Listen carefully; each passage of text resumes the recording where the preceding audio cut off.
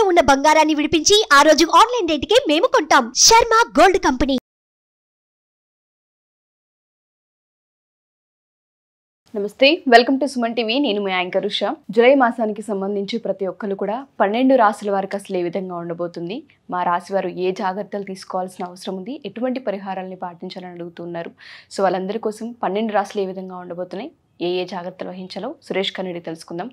నమస్తే సురేష్ గారు. నమస్కారం అండి ఉషా గారు. మకర రాశి వారికి జూలై మాసాంతం మనం చూసుకుంటే వ్యాపార రీత్యా కావచ్చు, ఉద్యోగ రీత్యా కావచ్చు, రిలేషన్ ప్రకారం కావచ్చు, ఏ విధంగా ఉంది అంటారు?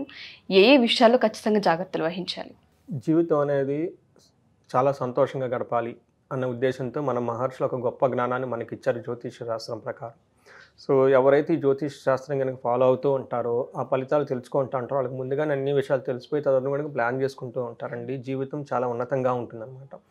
సో మనం ఇదే ఉద్దేశంతో మన సుమన్ టీవీ ప్రేక్షకులు కూడాను మంచి ఏమంటారు ఆథెంటికేటెడ్ నాలెడ్జ్లకు అందాలని చెప్పేసి చాలా పురాతనమైన గ్రంథాలన్నీ తీసి ఒక ఆథెంటిక్ సోర్స్గా మీ ముఖాన వాళ్ళకి సుమన్ టీవీకి ప్రేక్షకులుగా చెప్తూ ఉన్నానండి. ఇందులో మనం జూలై 2024 మనం కనుక మకర రాశి ఫలాలు కనుక తీసుకుంటే వాళ్ళకి ఫస్ట్ ప్లానటరీ పొజిషన్ ఎలా ఉందో చూద్దాం.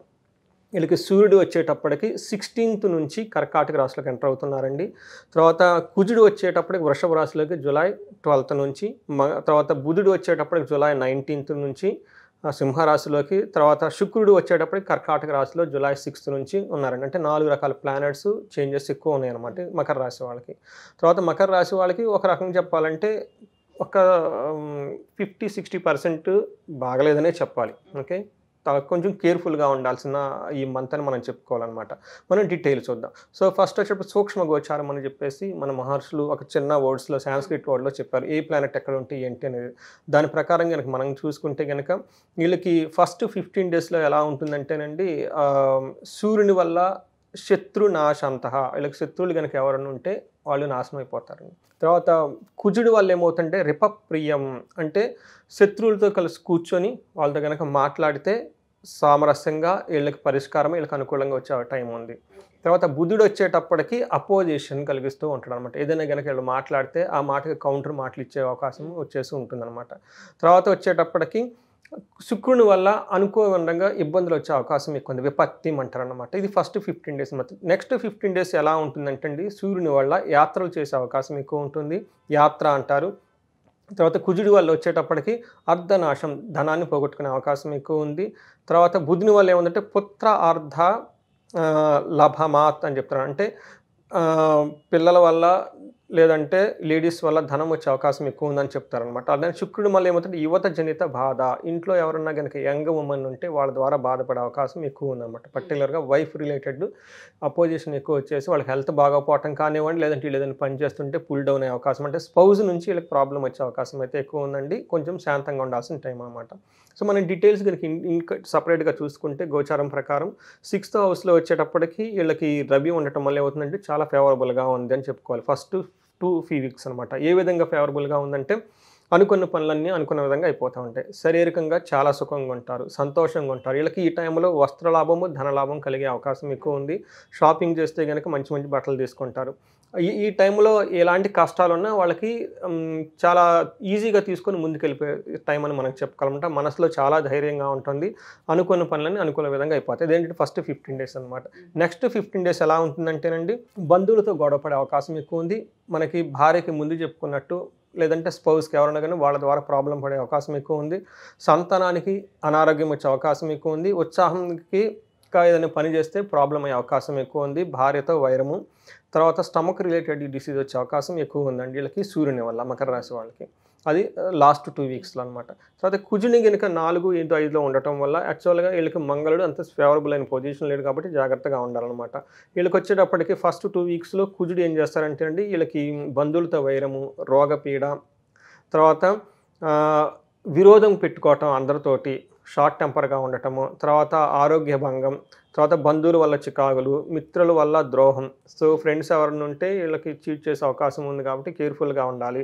స్థాన భ్రంశం, అంటే ఒక నుంచి ఇంకో చోట వాళ్ళకి పొజిషన్ కానీ ఇంకోటి కానీ మారే అవకాశం ఎక్కువ ఉంది కాబట్టి కొంచెం జాగ్రత్తగా ఉండాలి. తర్వాత ఉదర వ్యాధులు ఇవన్నీ ఎక్కువ ఎన్కౌంటర్ అయ్యే అవకాశం ఎక్కువ ఉందండి. అది తర్వాత 5th హౌస్లో జులై నుంచి వెళ్ళటం వల్ల ఇది కూడా వాళ్ళకి అంతా సరైన పొజిషన్ కాదు కాబట్టి అకాలంగా భోజనం చేయటం, పాప పనులు చేయటం, శత్రువుల వల్ల బాధం, అతిగా కోప్పట్టడం, తర్వాత సంతానం ఉంటే వాళ్ళ ద్వారా వీళ్ళకి ఇబ్బంది రావటం, అశాంతిగా ఉండటము, ఈ శారీరకంగా బలహీనత ఇవన్నీ వాళ్ళకి చూపిస్తూ ఉంటారు కాబట్టి వీళ్ళు కొంచెం జాగ్రత్తగా ఉండాల్సిన టైం అండి. ఓకే. తర్వాత శుక్రుని వల్ల వచ్చేటప్పటికి 6th హౌస్ 7th హౌస్ ఉండటం వల్ల కూడాను ఇది వచ్చేటప్పటికి అంత సరైన టైం కాదు. అంటే ఆల్మోస్ట్ 3 ప్లానెట్స్ 2 ప్లానెట్స్ వాళ్ళకి వ్యతిరేకంగా ఉన్నాయి కాబట్టి జాగ్రత్తగా ఉండాలి. శుక్రుడు ఎలాంటి విషయాలు కలగజేస్తుంటారంటే శత్రు బాధ, బంధువులతో వైరము, కుటుంబంలో వివాదము, ఆయాసము, వృధా ప్రయాణాలు, అవమానము, తర్వాత అప్పులు చేస్తారండి. తర్వాత వ్యవహారాల్లో అనవసరమైన చిక్కులు ఉంటాయి. తర్వాత వీళ్ళకి డేంజరస్ సిచ్యువేషన్స్ ఎక్కువగా ఉంటాయి కాబట్టి జాగ్రత్తగా ఉండాలండి. తర్వాత వచ్చేటప్పటికి 7th ఇది మనకి 7th హౌస్లో షిఫ్ట్ అవుతున్నారండి 7th నుంచి. తర్వాత 3 వీక్స్ వాళ్ళకి ఎలా ఉంటుందంటే ఏది బాగుండదండి. ఒక రకంగా చెప్పాలంటే స్త్రీల ద్వారా కష్టాలు ఎక్కువ ఉంటుంది, భార్యకు అనారోగ్యం ఉంటుంది, ధన వ్యయం ఎక్కువ ఉంటుంది. పర్టికులర్గా లేడీస్తో చాలా కేర్ఫుల్గా ఉండాల్సిన టైం అండి వీళ్ళు మకర రాశి వాళ్ళు. తర్వాత వచ్చేటప్పటికి అంగగోచారం ప్రకారం కనుక మనం చూసుకుంటే ఉత్తరాషాఢ నక్షత్రం, శ్రావణ, ధనిష్ట నక్షత్రం మనం ముందుగా చెప్పుకున్నట్టు వీళ్ళకి ఉత్తరాషాఢ నక్షత్రం వాళ్ళు వీళ్ళకి ఏమని చెప్తారంటే ధన ప్రాప్తి, ధనం అయితే వస్తుందండి. ఉత్తరాషాఢ నక్షత్రం వాళ్ళకి జయంగా కూడా కలుగుతూ ఉంటుందండి. బట్ రోగాలు వచ్చే అవకాశం ఎక్కువ ఉంది. బట్ ఓవరాల్గా చూసుకుంటే రోగానికి సంబంధించి రిపీటెడ్గా ఉంది కాబట్టి హెల్త్ విషయంలో ఈ ఉత్తరాషాఢ నక్షత్రం వాళ్ళు కేర్ఫుల్గా ఉండాలి. నెక్స్ట్ శ్రావణ నక్షత్రం వాళ్ళకి వీళ్ళకి ధన ప్రాప్తి ఉందండి, కానీ ధనాన్ని పోగొట్టుకునే అవకాశం కూడా ఉంది.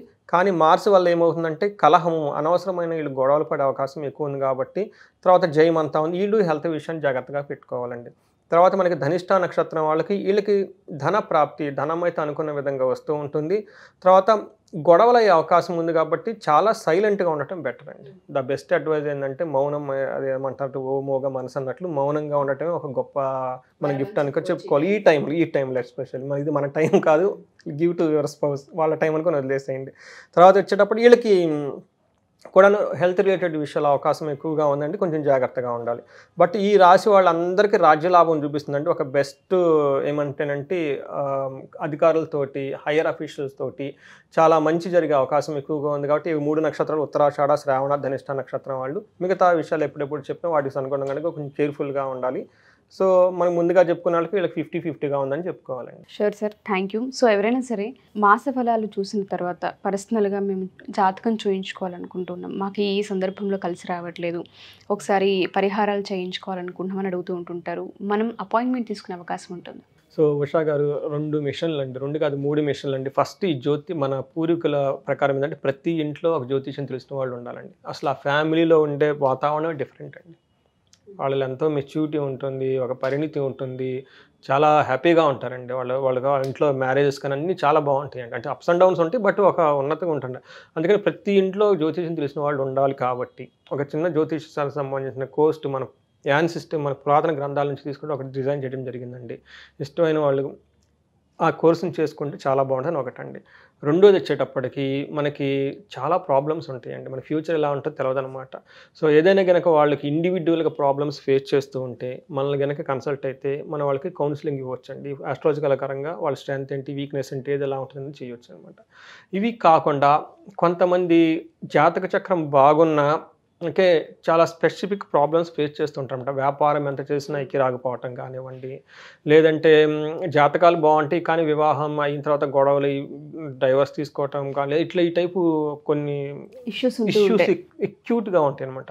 ఇలాంటి వాళ్ళు కూడా ఎవరైనా కనుక మనకు కన్సల్ట్ అయితే మనం వాళ్ళకి హెల్ప్ చేయొచ్చు అండి ఉషా గారు. షూర్ సార్, తప్పకుండా. అండ్ కనకదార కూడా ఈ మంత్ ఏమన్నా మనం చేసే అవకాశం ఉంటుంది? మనం ఎప్పుడు అనుకుంటున్నాం కదండి, ఇండియాలో పుట్టిన వాళ్ళు ఎవరు ధనానికి లోటు ఉండకూడదండి, అన్నానికి, ధనానికి, భోగానికి లోటు ఉండకూడదండి. మనం అందుకనే పుట్టిన వెంటనే ఫస్ట్ ఆయుష్, నెక్స్ట్ ఆరోగ్యం, నెక్స్ట్ ఏం చేస్తాం, భోగం అనుభవించాలి కదండి. అప్పులు పెట్టుకొని డబ్బులు లేకుండా ఇలా ఈ సిచ్యువేషన్ ఉండకూడదండి. కానీ మహర్షులు మనకి ఎంతో జ్ఞానాన్ని ఆల్రెడీ ఇచ్చేసారండి, హోమాల రూపంలో, యజ్ఞాల రూపంలో, స్తోత్రాల రూపంలో. ఈ ప్రోగ్రామ్ని కనుక మనకి అటెండ్ అయితే వాళ్ళకి ధనధాన్యాలు వస్తాయని చెప్పేసి శాస్త్రాలుగా అవి మన ద్వారా వాళ్ళకి హెల్ప్ చేయొచ్చండి. ఎవరికైనా సరే అప్పులు బాధ ఉన్నా, తర్వాత బిజినెస్లో డబ్బులు ఎక్కువ రాకపోయినా కానీ అలాంటి వాళ్ళకి మనం హెల్ప్ చేయొచ్చు. Sure sir, thank you sir, thank you so much.